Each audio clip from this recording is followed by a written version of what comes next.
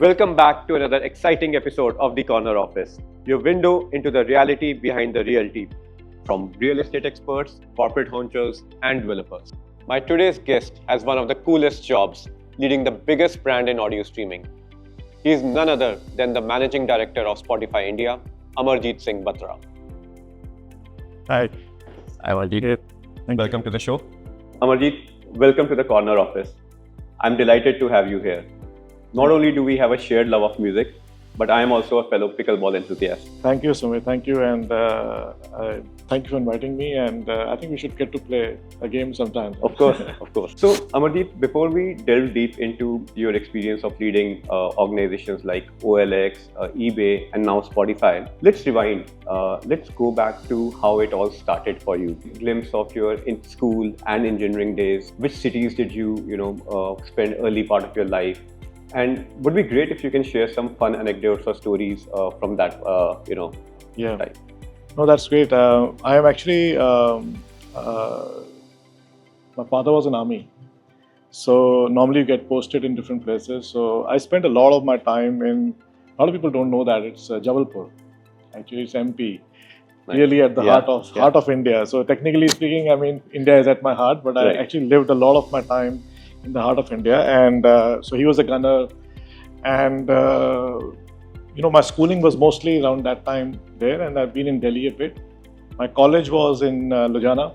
I did engineering from Gunanak Engineering College, Punjab University. I did industrial engineering. Nice. Realized that I think this is not something that I want to do on the shop floors and so on. So did my MBA from Chandigarh, UBS, and lovely city. Still one of my favorite cities in India. Right. And during this time, I think one of the interesting things is that I was remembering recently is my father used to be a gunner and used to be in testing some of these guns. And I think some people used to come, some foreigners used to come to our house sometimes. The people was, and I used to have these Swedish people sometime at my house and for dinner or something. And I just realized I'm working in a Swedish company now. So in a way, I think it's a full circle for me. And the second thing is that I think I learned a lot of things from my father in terms of discipline and so on, which though I didn't join army, but I've used some of that little bit out there in my working life, and I realize it's helped sometimes. Like army is great for being punctual. I think so. I think a lot of time in India, I think that's a difficult job, but I think I love try to maintain that piece. And during my education, I think it was interesting because I'm not somebody who. Most of us don't plan our lives very well in the beginning, and I think you think engineering is the right path. And I really enjoyed my engineering days. I think though, I can very clearly say right now is studies was not my biggest interest that time when I grew up. Most of it was sports. I used to play literally like 7, 8, 9, 10 sports, different. And I used to be, technically jack of all trades, master of none. I became good in some of them. And I realized as I look back out there is that I learned a lot from that part also in my working life, and I realized that it's good to be sometimes jack of all trades. It kind of gives you learnings of different things, which you can then put it up in a new thing when you go. So anyway, we'll talk a little bit more about that. Oh, perfect. And I think the sports would have come naturally to you being an army kid. That's a general kind of a trend I've seen. So moving on, you did your MBA and then you restarted your academic journey while managing a kind of a busy work schedule. Any views on the importance of MBA in current environment and how do you continue your learning as you move forward in your career? Yeah, so when I did my MBA or engineering, I think that was a long time back. So I think as you move into different parts of your journeys and in work, I think, and sometimes stumble on something, you enter something new areas. I think all the education that you've done theoretical sometimes doesn't help. Right. And I think that's why today's world is a lot about lifetime education. I think and lifetime learning. And but I think to really get certain skills back, it's good to go back to the classrooms. So it depends. If you are very clear with what you want to do, then I think go early to the classroom. Right. I think, and a lot of people do that. They graduate, they do undergrad, then they straight away go for an MBA. I don't think everybody is clear about what they want to do, but it's a trend. Yeah. I would recommend that if you are clear with what you want to do, then you do an MBA. that would be a great one. So I didn't do that. Matlab, I did my MBA because I didn't want to be in the shop floor. Okay. And so I would say that MBA is important in a way, in its own way, but it's also that you can get all the learnings of an MBA in different ways today by on the job, by networking, by learning on your own, and so on. So the question out there is that what you can't get in an MBA outside is the networking, which you sometimes get, and the colleagues that you get, or the feeling of an environment that you get, that you spend some time with this bunch of great people who stay with you all your life, and you have that moments out there. And I think today, if I look at my own MBA, MBA was great, but more than that, I think I cherish my MBA friends who are, we are part of a group and we chat and we meet, and there are just banters and jokes. I think that is life. So I think that is also very important. So for me, that piece, if you can manage, it's important to do. But if you can't do an MBA, I think there are many other ways to get equally good. Right. That's an interesting perspective. Even for me, some of my best friends are from the MBA cohort I had. And moving on, if you look back now, you have a very accomplished career. You are, driving a large tech firm right now. What do you think had been the defining moment in the career which made you what you are today? And across your career journey, was there any kind of turning point? Yeah. So for me, I don't think I had a absolute great plan as I set it out on this journey. A lot of that thing has come from the way I thought and what I wanted to do. So I think I realized as I've gone along in today also, I think is that what you think, actually happens sometimes. So I used to think that I used to do this, and it used to happen sometimes. And I think, I look back and I feel very lucky sometimes that, how did this happen? I didn't plan it, but I thought about it sometime. So I think I entered into, after my MBA, I actually spent some time in the international, non-internet space. Then I entered into the internet space around 2000, which is like the boom and the bust of internet in the world. And I'm now competing for 25 years in the internet. And through that journey, I think there were very interesting turning points out there where I kind of found my path. One was the B2B area. Then I kind of went into Bazi, which was very interesting. I think that was a great experience for me, because I think if I were to say that where I kind of found my biggest challenge, or which was my turning point, I think that was that phase. Because that was the phase that taught me to be uncomfortable. And I think I now cherish the power of being uncomfortable, because that time a lot of us chase comfort. This is an area, this is a job I excel in. When I moved from Bazi to eBay, I moved into a role which was not my strength. So I was built like some way. I've been working on certain strengths, and suddenly I enter into an area which is not my strength, and not at a very young age. And I think, and then I'm realizing that it's difficult. And I have to learn new skills. And then I struggled. And then I learned. And then I persisted. And I think somewhere the spirit of playing sports comes out there. You don't give up that easily. So I didn't give up. I kept on going, and I kept on changing my, kind of thinking. I kept on taking feedback. And during some of those feedbacks, I picked up certain skills that I need to pick up on. So I went for even formal education. I went to ISB for a strategic thinking course. I did a lot of leadership programs at that time. And then I think the turning point came when I realized that this is not what I want to be at. I want to do something bigger. I want to do something, this thing. So I think, and it's a very interesting thing, which is, I was living in a house in Mumbai that time, in Bandra, and that house was called Turning Point. That building was called Turning Point. So I look back at that place, and I think that I lived there for a couple of years. And that actually was my turning point, because I thought about doing something. I said, what do I want to do? So I want to build some brand. And then OLX happened. It happened at that, I got that offer that time. And I realized that, oh wow, this is powerful. If you want to do something, sometime it happens. And that turning point actually brought me onto the very different journey. And I think the OLX, at 9 years of building OLX as a founding CEO, and taking it to market leadership, and now I think 7 years at Spotify, I think it's all because I think that one turning point was very critical. But I think at the base, I always look back and I say that there's a very strong force up there. I'm a big believer in that, and I think ultimately that force does it. We just feel that we are doing good, but I think it's somebody's looking out for you. Yeah, no, that's true. And I think you have worked in so many diverse, roles, starting from with a formal education of industrial engineering and then across various industries. Did you prepare specifically for the leadership role? Because over the course you have taken leadership roles around. Did you have to prepare specifically around for it? So I can say that there are two ways to look at it. I think one is that as you enter into different areas and you face leadership situations. Everybody in life faces. So I think my leadership philosophy is a little different from this thing that you don't have to have a position of a leader to be leader.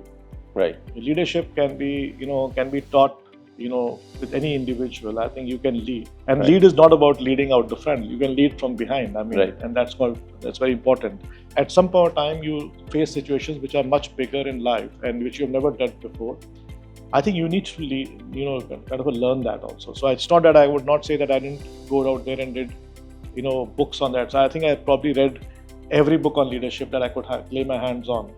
And I could kind of also went through these courses in leadership and so on. But I think it's very important to understand the theory, and as important it is to go actually and practice it out there. And today I think I'm still learning, by the way. Leadership is something but I think at this stage of my life, I'm not looking at leadership from an angle that I need to be leader. At where I'm kind of doing work right now is to see how I can help other people become leaders. Because, in the end of it, I've been given a lot, over the last few decades. I think I want to give back and say, can I help people make leaders? And I think that's my philosophy today. And if you look at Spotify also, you ask my team, I never tell them, I say, you guys, everybody's a leader. And that's the way I want to work. And I think the challenge is sometimes who wants to follow. Yeah. Yeah. So the thing is, if you're a leader, you can find your followers. Right. Yeah. Right. So that's a very inspiring philosophy around leadership. Yeah. So now, which takes me to the dynamics of the modern workforce. If you look at the modern workforce, is fast evolving. Wellness, agility, flexibility, inclusivity, and diversity are the kind of key cornerstones of modern workforce. I would love to understand your views around on the fast evolving hybrid work culture.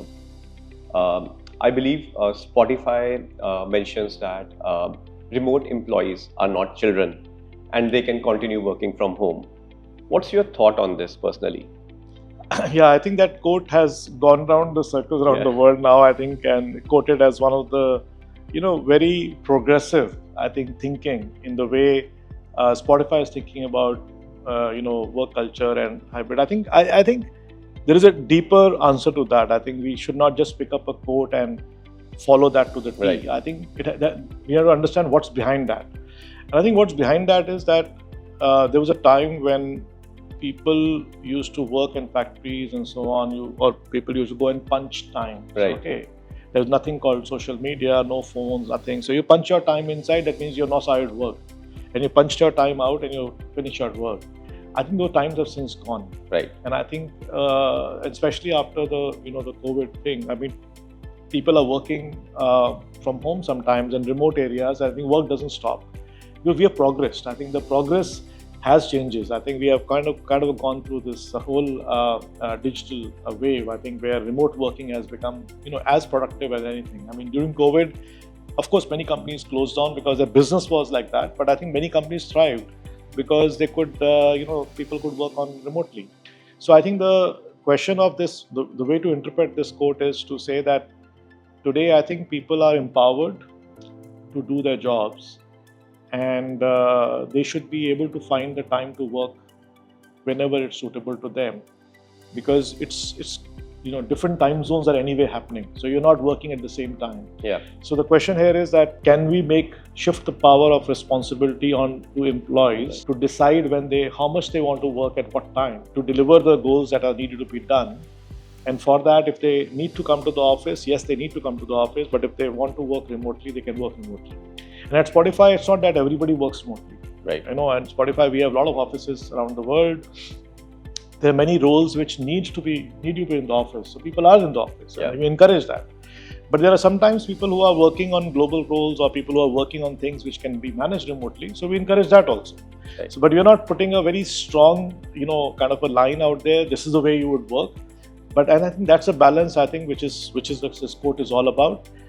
Don't treat them like children. Right. I think treat them as adults. I think as you treat them as adults, people will kind of give you enough signals on what's comfortable for them and how they will be the most productive. And it's not that all the time. I think there are phases in life of people when there's certain times people are not able to be in office. And I think if you want an employee to work for a longer time with you, I've also seen one of the good things about how people deliver great when they work longer times in companies. I've spent time if you look at my career also, I spent in my earlier years, couple of years also in a company. Not that I didn't perform or something, it just happened at the company, so just something happened and I was performing, but if I look back, I think that I don't really enjoy that 1 or 2 years. Right. Then I worked with eBay for 5.5 years, OLX 9 years, and now Spotify I'm going to complete 7 years. And I realized it takes time to accomplish something good. Right. So if you want your employees to work longer with you and be more committed to your mission and to your visions and so on, I think it's important that you give them the balance of working during times so that they can extend their lifespan inside the company and be great performers for a long time. And that I think is a key to this how you want to work. But I think it won't work with every company because there are certain companies where you are 100% people need to be at the place. I mean, you're supposed to serve customer on the ground. Right. How can you do it remotely? I know. Absolutely. So I think people should read a quote and people should say, okay, how does it apply to me? Right. And it may not apply to you completely. Don't worry about it, but pick up the gist of it. And I think that gist is that give employees the that kind of a power to decide, and then you'll feel that they will commit yourself even more to the work that they want to do. That's my kind of a summary here. That's very helpful to know. And Spotify is a very aspirational brand, right? I'm sure you will have diverse teams. What do you think are the 3 key factors to drive a very inclusive workforce or a workspace? Yeah, so I think the number one is that I think we treat people well. I think that is the most important thing. Treat people with equal respect, equal kindness, and equal care. I think that is very critical because sometimes it is not that you treat. Try to be consistent about it. Right. Because people are nowadays. I think people are very sensitive. You're all sensitive. I think we see what happens. Right. One thing happens and there's a blow up on something. So I think that is the most critical part. And I think at the core level, I think you need to be sensitive. You need to make your policies, and you want to make yourself, show to the teams that you really care and you really care about all that stuff that you said. I think after that, it's about demonstrating that. Because once you have set the policies about doing that, the second part is demonstrating that. I think, for example, I'll give you an example at Spotify. I think during COVID, I think many people were not working because the companies were not working. But at Spotify, we're a digital company. We were working full time. And it was tough because you see, not working is tough, but also working in an environment where you are locked out in the house and you are continuously, and the work can even go as late as possible because it's like it's up to you to drive as much as you want. So we did very well, but we felt that there was a time we felt we were a little burnt out. I think this our team leadership came up with this idea of a wellness week, and the wellness week was that we will give 1 week off to all Spotifyers and, basically to give them time to think about their mental wellness and physical and so on. Great idea. Everybody loved it. Yeah. And now the beauty of this, that was amazing. That was masterstroke. Bigger win was that when next year we came in, we said, oh, that was a great week.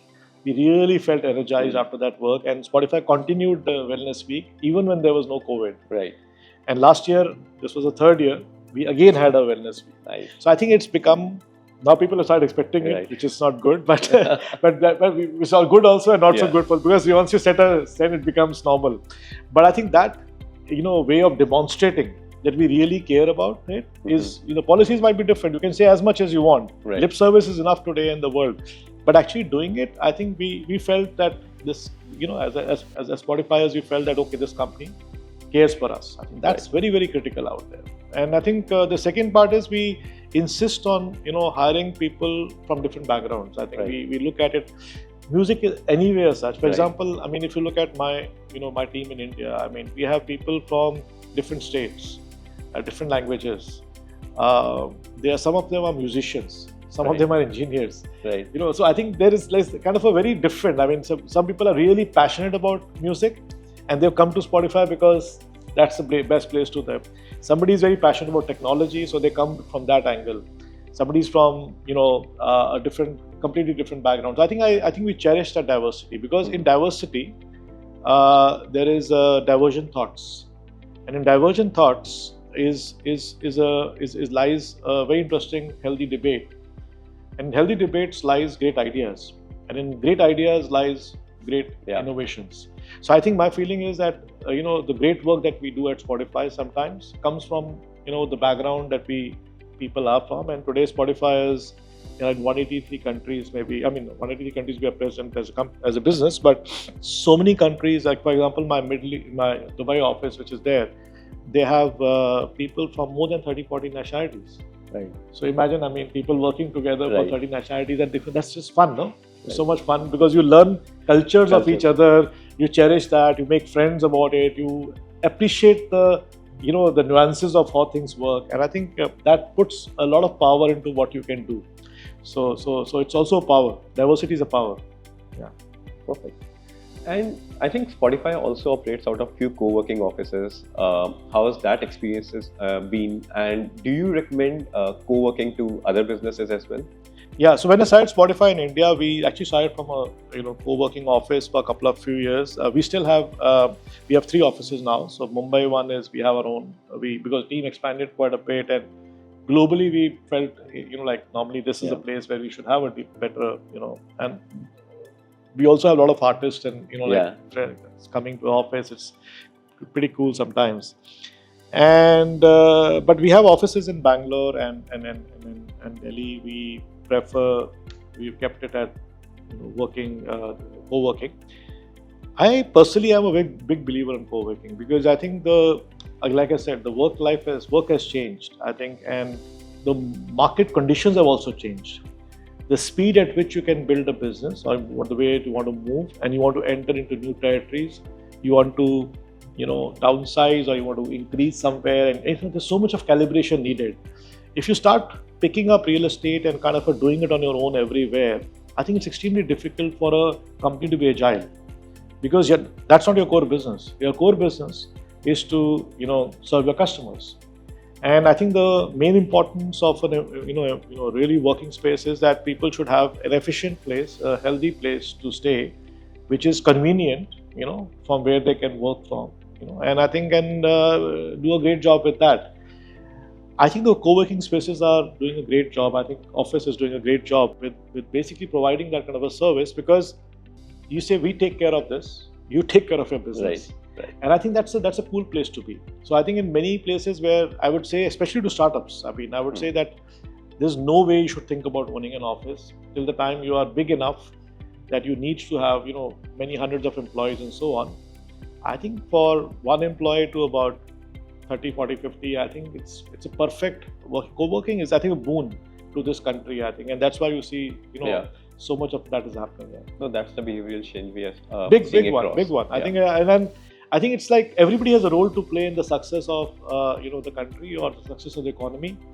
I think my feeling is that the co-working spaces, businesses are basically playing a huge role in the success of the businesses of the country, because it's putting the entrepreneurs or the employees to focus more on something. But yes, I think as you grow bigger, I think you need your own kind of a place and all that where you can do whatever you want. it's like sometimes renting a house versus buying a house, but I'm just saying that. I have some views on it, but I'll hold no, of course. I mean, I'm not saying I'm a big believer of that, but it's just that some large companies, I think, then they sometimes say, but even I believe large companies, when they go into many places in the country, you can't have offices everywhere, I think. So maybe you might have one headquarter, but there are so many places in the country you need to be. I'll also add one more interesting thing here. I think if you go back to the kind of India's journey on businesses and so on, the metros or the big cities used to be the larger places where most of the businesses are. But today, India has become so big in terms of potential economy and opportunities that many cities, are actually becoming equally important to be based in. Right. So I think if you truly want to be, a brand which wants to serve India, you need to be in, so many places in the country. And I think having a co-working space as a model, I think it's the fastest way to ramp yourself up. And coupled with maybe, for large companies, I'm saying, but for smaller companies, I think it's also a great way to do even from the headquarters and so on. So, as a leader of a major music platform, what role do you think music plays in shaping the society? I think it's at the core level, music is at the core of and how we live. So for me, I think if you look at any festivals, weddings, right, anything in happy moments, I think music, without music, it's not there. Right. But even if you want to look at times when you are, even relaxed and chilled and relaxing, you need soothing. Like even in times which are dark times or tough times, music kind of lifts you up. So music plays I think it's probably the music at the core of everything. I mean, I think it's just like that. It's there. I mean, without music, it's so everything is missing. Yeah.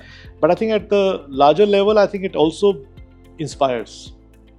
Music inspires. Music kind of makes you do, things which it takes you to, it also helps your mental health better. I mean, if you look at people who are, getting older, I think they look back at as a music as a way to connect to their past, because okay, this is a music brings back when I was young, or when I was, going to the college, or when I was with my, with my wife or something like that.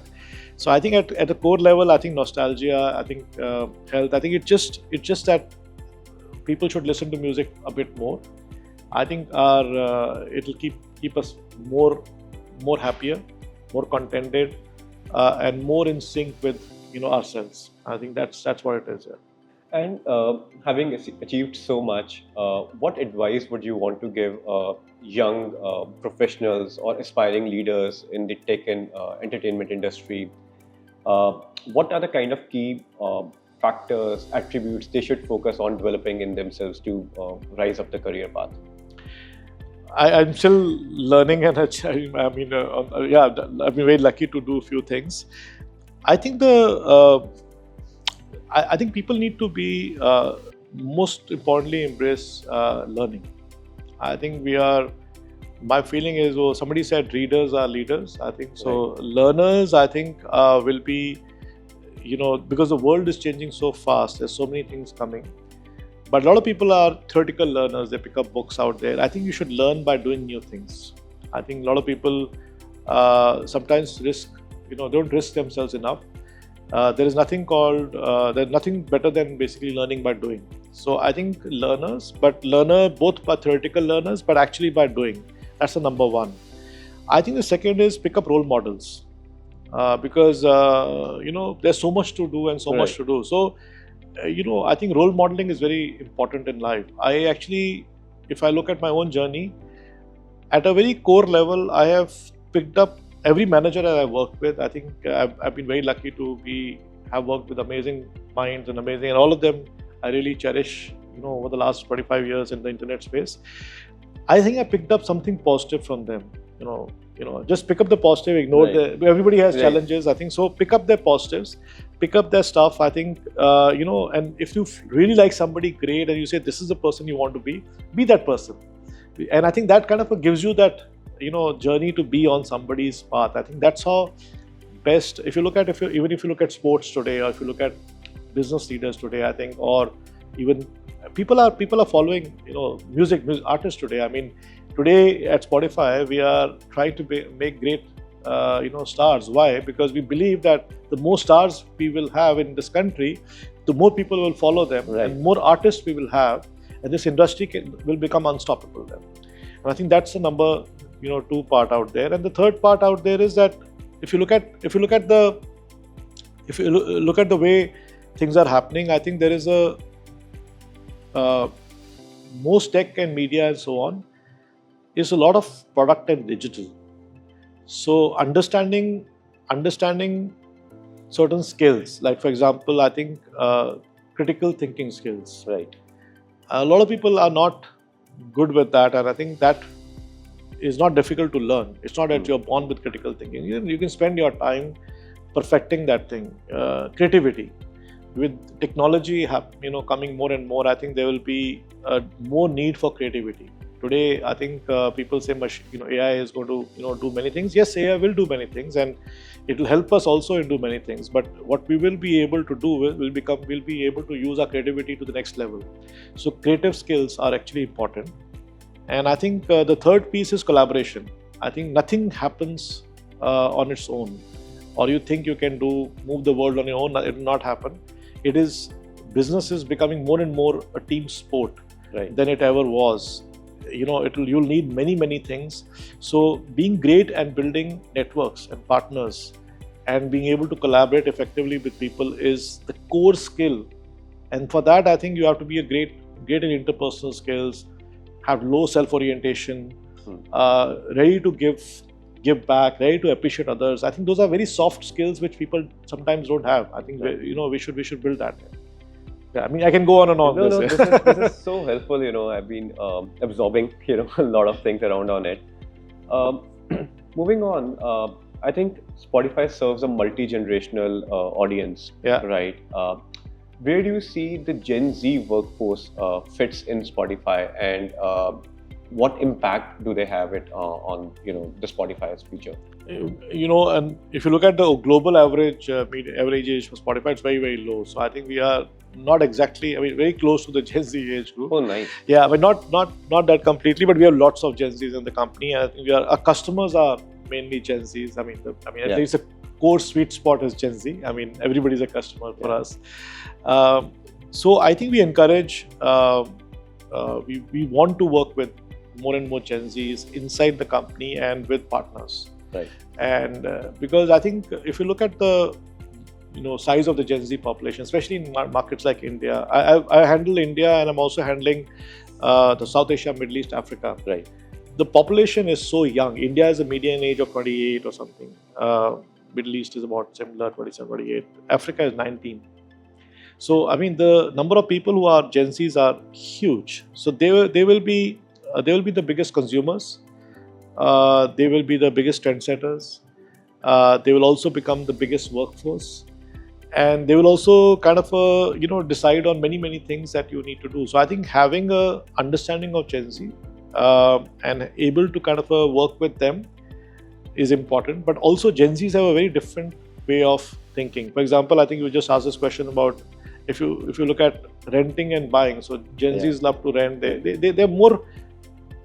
And I think that comes to the other debates, how Gen Zs want to work, because ultimately this is the workforce which is coming into the market. They're very different from the ones which, like 10 years or 12 years, 20 years older.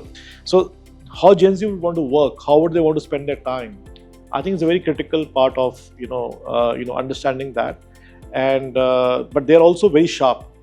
They're also, have some cool ideas of their own. They understand something very different from what you understand. So it's important to have, coming back to the diverse thinking, I think it's important to have a lot of Gen Zs working with you in some way to create a great balance of building a good business. Right. So, we live in exciting times, and I hope we are crafting a better and more inclusive world of work for generations to come. So with that, we move to the last segment of our podcast, and this is the rapid fire round. Okay. So Amarjit, you are known to be creative and quick-witted. Let our viewers see that side of yours. So, what's your favorite podcast? Tim Ferriss Show and Empire. Okay. What is your favorite music genre? Nowadays, it's iPop. We are building iPop in this country and Punjabi. But I grew up a big fan of Mohammed Rafi and Kishore. Oh, perfect. If you had to teach a class on one thing, what would you teach? Probably how to be mentally tougher, how to kind of fight back from situations which people are you give up hope, or things that what to do when you don't know what to do. I think it's one of the biggest problems out there. I think through sports I've learned a lot. I think in work and I learned a lot. So I think I believe that is an area which could be good. I can also talk a little bit about marketing because I've been doing that for the last building good brands, I think, and so a little bit of that understanding is there. But I'm not a teacher or something, but I'm happy to have chats here. Yeah. If you could eliminate one thing from your daily routine, what would that be? I think eating sweets probably. Okay. Yeah. That's something I keep trying, and I think I keep losing every day. Yeah. So what's a cause or a purpose you deeply believe in? What I really, really want to do, and I keep trying to do, is to see if I can help young people succeed, especially when they are at a crossroads or they are failing. And I think that's something very deeply connected to me because I've failed in life. And I realize that those are very difficult times. And I think all you need is somebody to get you up. And I think if I can do that, I think I feel really, really, thankful because this is an opportunity which came to me. So I try my best. I would love to do that more. There's so many youth in this country, who are wanting to do better, but they've lost their ways or they have sometimes failed and they don't know what to do. Right. So how to bring people back to success, I think is something I'm deeply, concerned about, but also passionate about it. How many hours do you think people should work? No judgment here. I think it's about how many hours of work they generate. I think that's the question. I think my feeling is that the life is short in a way. You need to balance your time with good work and good time for your mental and physical, health, with your family, and all that stuff. But there are times when you like sports, you work, you have tournaments and so on. You work really hard. So there will be time when you work 17 hours a day or 18 hours a day, yes. But then you need to switch it off with a break. You need to balance yourself because nobody can work for, very, very long hours for all their lives. And if they've done that, then that's not life. Yeah, true. Apart from your phone, a device that's always with you that you can't function without. I love reading. So I think I can get my hand on a book or maybe iPad. I have an iPad. So since you said phone, I think maybe an iPad. If you could be of any age for the rest of your life, which would you choose? Everybody would want to be younger, I think, but I believe that every age has taught us something which you will never have kind of a view. I would love to be maybe mid-30s or something, but I think there are many things that I was not doing at my mid-30s, and many things I can't do what I did at mid-30s. So for me, I think it's a hypothetical question. Right. So in a way, mid-30s maybe, but I would say that every age is an important part of learning, I think. So I'm enjoying that. Yeah. A question you wish people would ask you? I think more about what books I read or what keeps me going. I think those are questions which kind of helps me kind of connect better and talk about it. I think it also helps me discover myself better because sometimes many things that you don't know deep inside. So those questions, and also maybe people will ask you what's the area I want to get better at. Because that's also something constantly, I think, in your mind going along it. What is it your blind spots are, you want to find out. So those are things, people may, but it's not a funny answer. Funny would be what food I would have today. Okay. Maybe we'll decide in the evening. Thank you so much, Amarjit, for taking the time and to share your journey and insights with us. It's been a pleasure. And as always, absolute fun talking to you. No, thank you so much. I think I really, truly enjoyed, and I think I love this format, and I think thank you for inviting me. Thank you.